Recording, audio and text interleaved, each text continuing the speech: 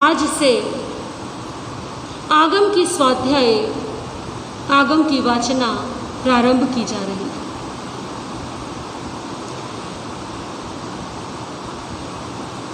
जो भी साधक, साधु साध्वी, श्रावक श्राविका, जो भी साधक भगवान की वाणी को सुनता है, भगवान की वाणी को सुनकर के उस पर श्रद्धा करता है और जीवन में उतारने का प्रयास करता है, ऐसा साधक अपने कर्मों की निर्जरा कर लेता है। जिन वचनों पर हम उनका पालन करें, हम अपने जीवन को जिन वचनों के अनुरूप बनाएं, जिन वाणी पर श्रद्धा आए, उसके लिए सबसे पहले अति आवश्यक है जिन वाणी को सुनना। सुनेंगे तभी क्या आएगी? सुनेंगे तभी श्रद्धा आएगी, और जब श्रद्धा आएगी तो जीवन में भी, आचरण में भी आएगी। तो पहला प्रयास हमारा रहेगा सुनने का, श्रद्धा पूर्वक सुनने का, और जो सुना है उसे चिंतन मनन करके अपने जीवन में उतारने का। कुछ पंक्तियाँ मेरे साथ मिलकर के सभी बोलेंगे, अपनी श्रद्धा को प्रकट करेंगे जिन वचनों के प्रति। श्रद्धा से शास्त्र श्रवण करके जो जीवन में अपनाते हैं, श्रद्धा से शास्त्र श्रवण करके जो जीवन में अपनाते हैं, भवसागर से ऐसे साधक आनंद सहित तर जाते हैं, भवसागर से ऐसे साधक आनंद सहित तर जाते हैं। श्रद्धा से शास्त्र श्रवण करके जो जीवन में अपनाते हैं। तो श्रद्धा से सुनेंगे, मन वचन और काया को एकाग्र करके सुनेंगे, ताकि जिन वाणी को जो सुन रहे हैं वो समय हमारा सार्थक हो, जिन वाणी को सुनकर के वो हृदय में उतर जाए। आगम की वाचना प्रारंभ हो, उससे पूर्व दोनों हाथ जोड़ करके, आंखें बंद करके स्मरण करेंगे शासनपति भगवान महावीर को। शासनेश प्रभु महावीर के चरणों में अनंत अनंत वंदन नमन। तीर्थंकर प्रभु महावीर की दी गई ये वाणी हम सभी के जीवन में कल्याणकारी हो, जीवन का उत्थान करने वाली हो। नमन करेंगे 11 गणधरों को, जिन्होंने प्रभु की वाणी को सूत्र रूप में गुम्फित किया। नमन करेंगे आर्य श्री सुधर्मा स्वामी को, नमन करेंगे आर्य श्री जम्बू स्वामी को। आपके चरणों में अनंत अनंत नमन। माँ चिन्वाणी, विद्या की देवी माँ सरस्वती की कृपा आप सभी पर हो। चिन्वाणी का ये रसपान आप सभी के जीवन में आत्म कल्याण का अनुपम अवसर लेकर के आए, और चिन्वाणी को श्रवण करके आपके अनंत अनंत कर्मों की निर्जरा हो और आप सिद्ध पद की ओर अग्रसर हो, ऐसी हम सभी प्रार्थना करते हैं।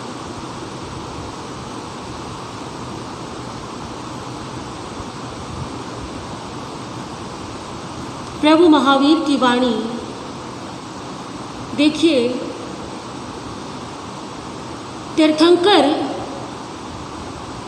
केवल ज्ञान होने से पूर्व उपदेश नहीं देते। कब उपदेश देते हैं? तीर्थंकर जब केवल ज्ञान प्राप्त कर लेते हैं और केवल ज्ञान प्राप्त करने के पश्चात जो उनकी वाणी श्रीमुख से निकलती है उसे देशना कहते हैं। क्या कहते हैं? देशना कहते हैं।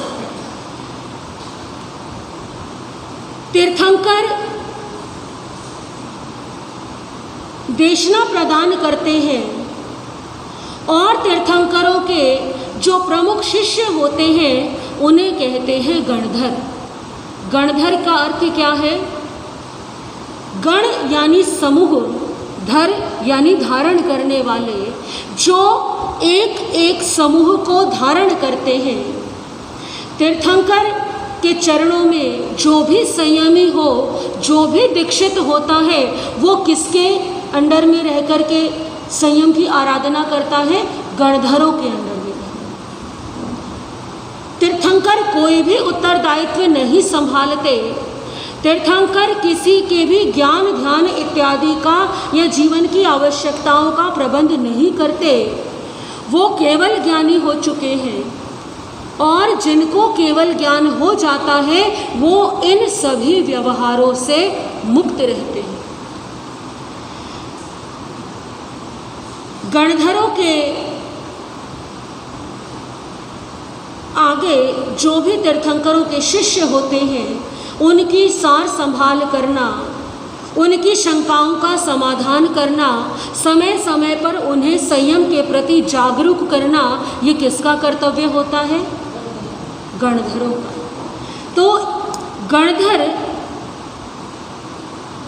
जितने भी शिष्य हैं उन सभी को अलग अलग समूहों में बांट करके उनकी सार संभाल संयम इत्यादि की देखरेख करते हैं। इसीलिए उन्हें क्या कहा जाता है? गणधर कहा जाता है। प्रभु महावीर के कितने गणधर हुए? 11 गणधर। 11 गणधर। गणधरों का कार्य होता है, तीर्थंकरों ने तो देशना प्रदान कर दी। जैसे आप अभी प्रवचन में आए हैं, आपने जिनवाणी सुनी, इतना ही कार्य तीर्थंकरों का हुआ। तीर्थंकरों ने देशना दी। अब उसके आगे की प्रक्रिया,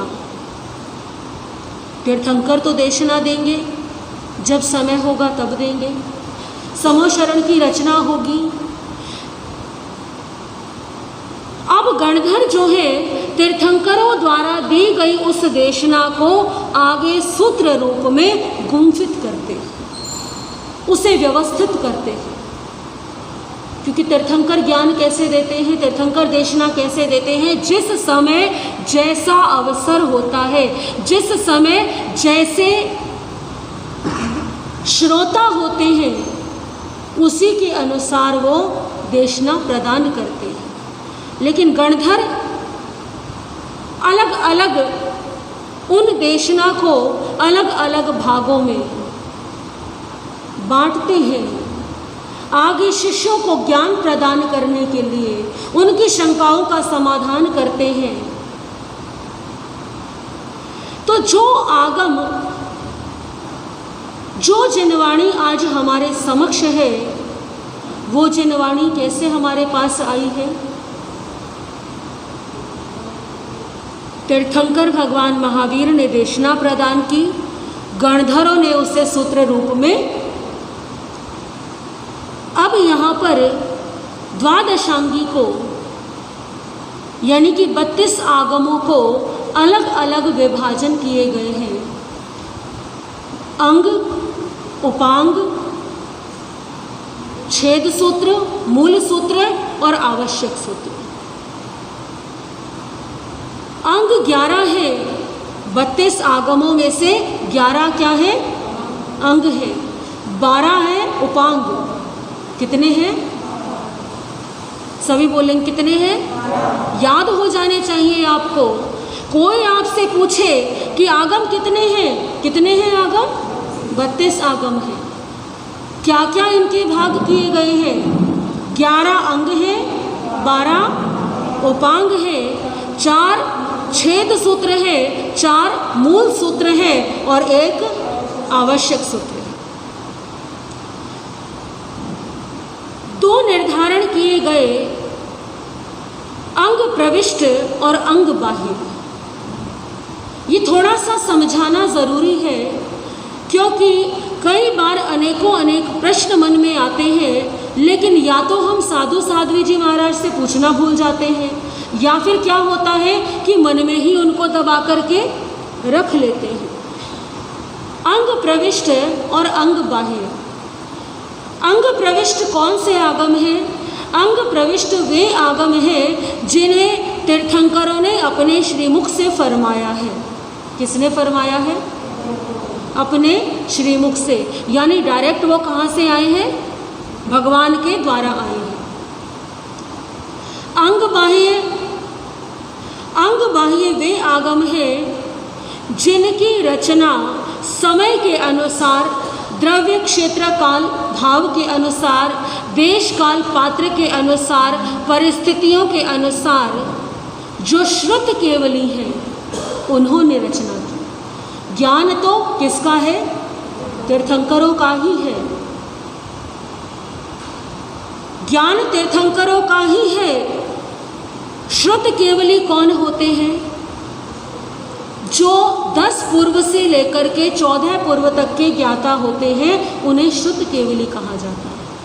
और श्रुत केवली यदि परिस्थिति देखते हैं, वातावरण देखते हैं और आवश्यकता देखते हैं, तो आवश्यकता के अनुसार वे क्या करते हैं? वे भगवान की वाणी को लेकर के उन्हें अधिकार होता है।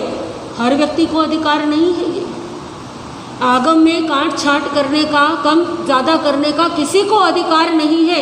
ये अधिकार किसको है? श्रुत केवली जी को होता है। कारण क्या है? क्योंकि श्रुत केवली जो होते हैं वो नियमतः सम्यक दृष्टि होते हैं। अपने स्वार्थ के कारण वो कोई भी बदलाव नहीं करते। अपने नाम के लिए, यश कीर्ति के लिए वो किसी भी आगम का निर्माण नहीं करते। वो स्वयं को तीर्थंकर के बराबर नहीं मानते।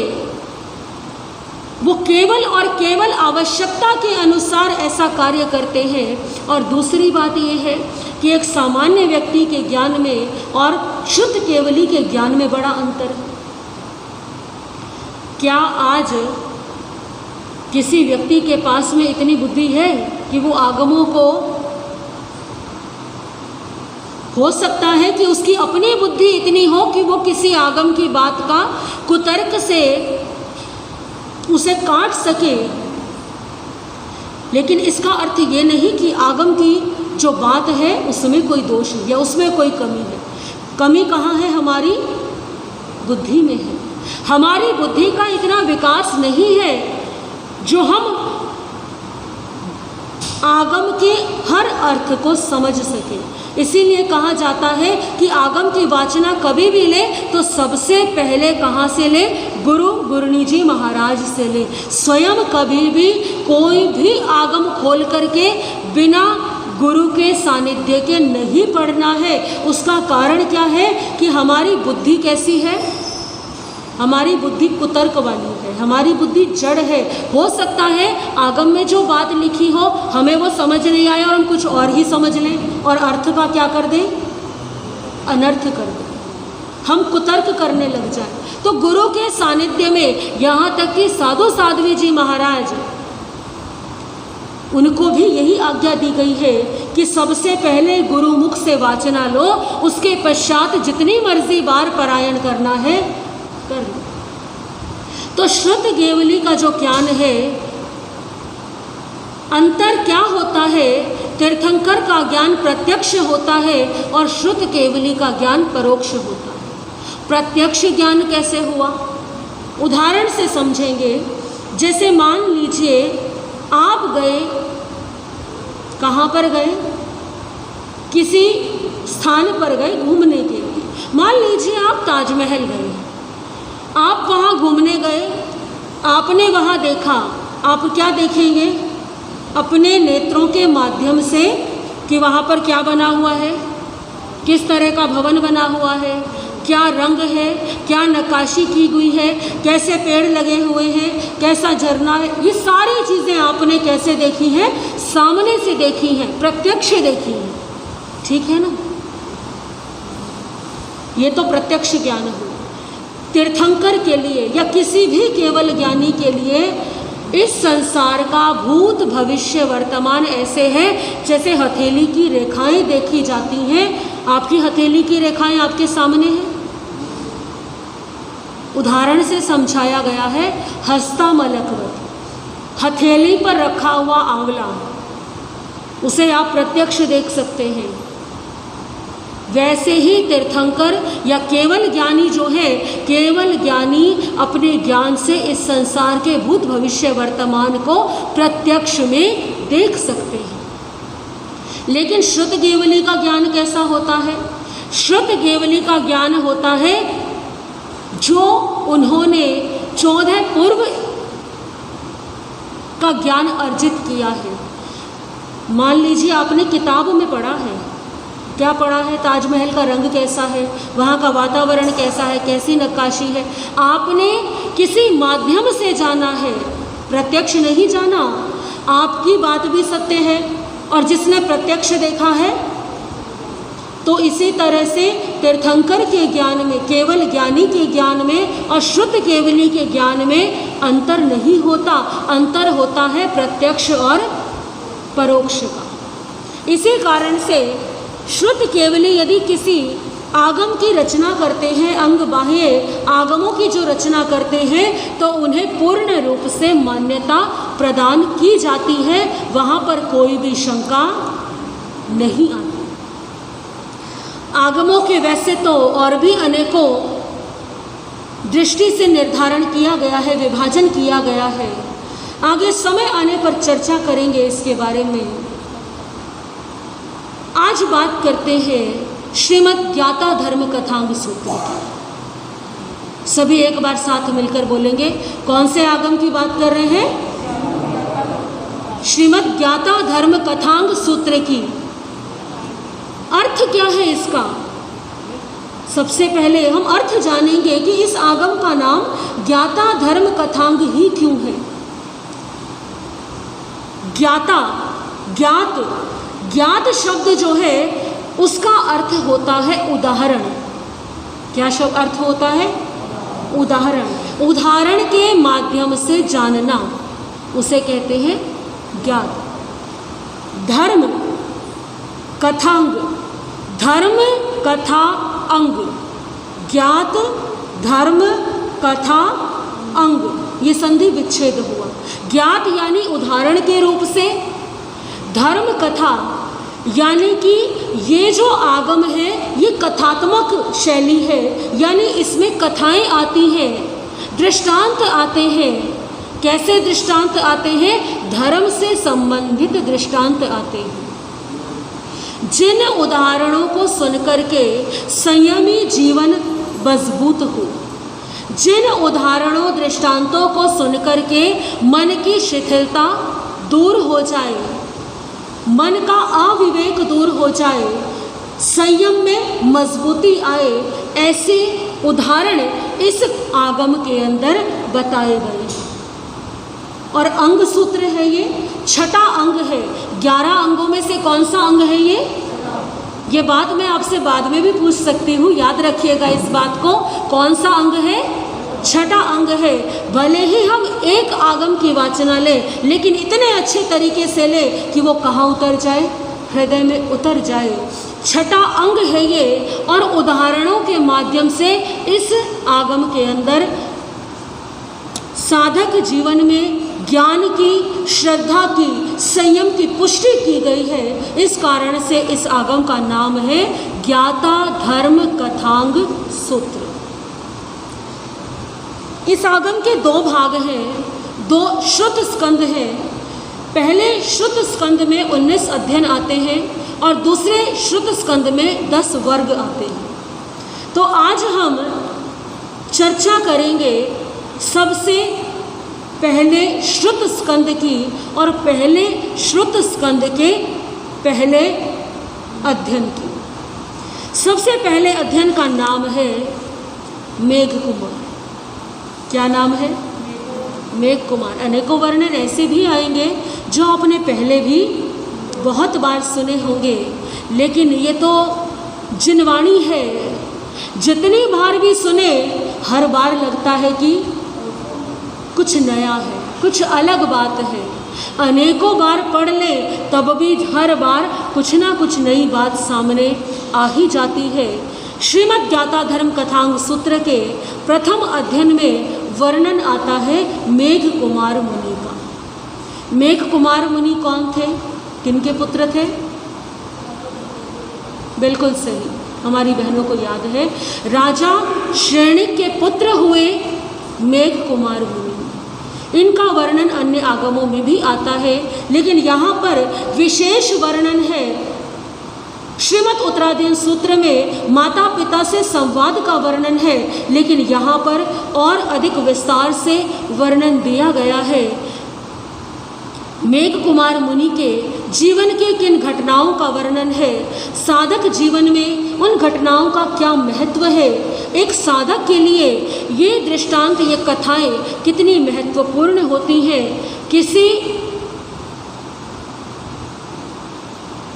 श्रद्धा से भटकते हुए को यदि इन कथाओं के माध्यम से सहारा मिल जाए तो कितना लाभ है।